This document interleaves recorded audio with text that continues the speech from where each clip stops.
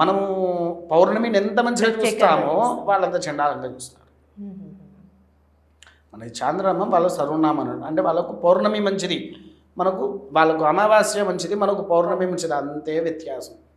అదే మహారాష్ట్ర వాళ్ళది చూడండి, మన ఉత్తర భారతం వాళ్ళది ఎక్కువగా 15 రోజుల ముందు ఏదైనా, మనకు కార్తీక మాసం సగంలో ఉన్నప్పుడు వాళ్ళ కార్తీక మాసం అయిపోయింది.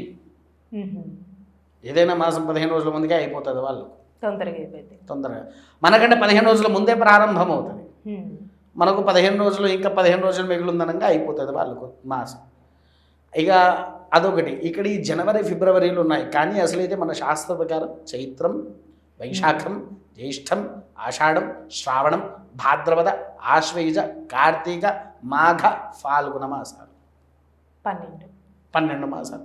ఈ 12 మాసాలను మనము చూపించినప్పుడే మనకు మాసం అయిపోయినట్టే.